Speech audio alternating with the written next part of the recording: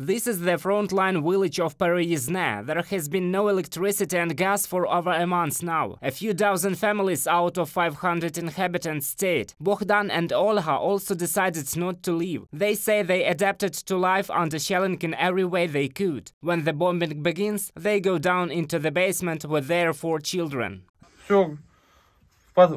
Everyone is in the cellar. When they fire, we eat here. We cook outside, of course, but the kids are here all the time. The family stores provisions in advance. In spring they planted what they could in the vegetable garden. They say that they refused to evacuate when they were suggested to do that. Yes, it's not luxury, but it's ours. We earned it all. The Donetsk region has been under daily shelling for 7 months, and every day the civil-military administration reports casualties among civilians. Only on September 3rd, 4 people were killed in Velika Novosilka, Siversk and Vodiane. Another 2 people were wounded, but even in such a situation, people do not lose hope. In the village of Mayake, all the men gathered to provide water to their fellow villagers. One by one, under shelling, they pump it from a well, using a generator that local authorities brought. It was scary, but we had no other way out.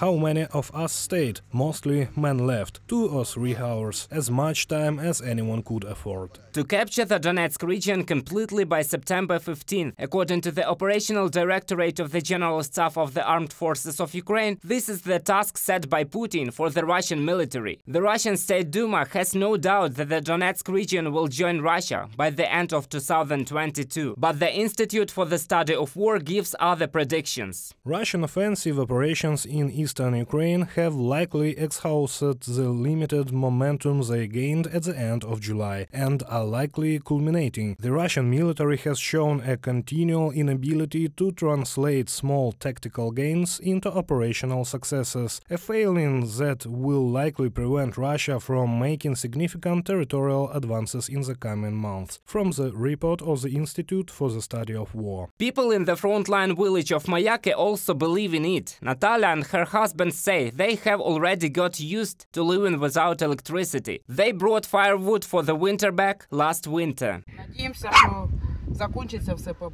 It can't be any other way. We're at home and they came to us, strangers. Our guys can cope with everything and everything will be okay. That is the only hope. The Luhansk region is also under enemy fire. There is constant hostilities near the Lysychansk oil refinery, but the Russian army is unable to break through the defense of the armed forces of Ukraine. The most difficult situation is in the Bakhmut direction. Serhiy Haidai, head of the Luhansk Regional Military Administration, said.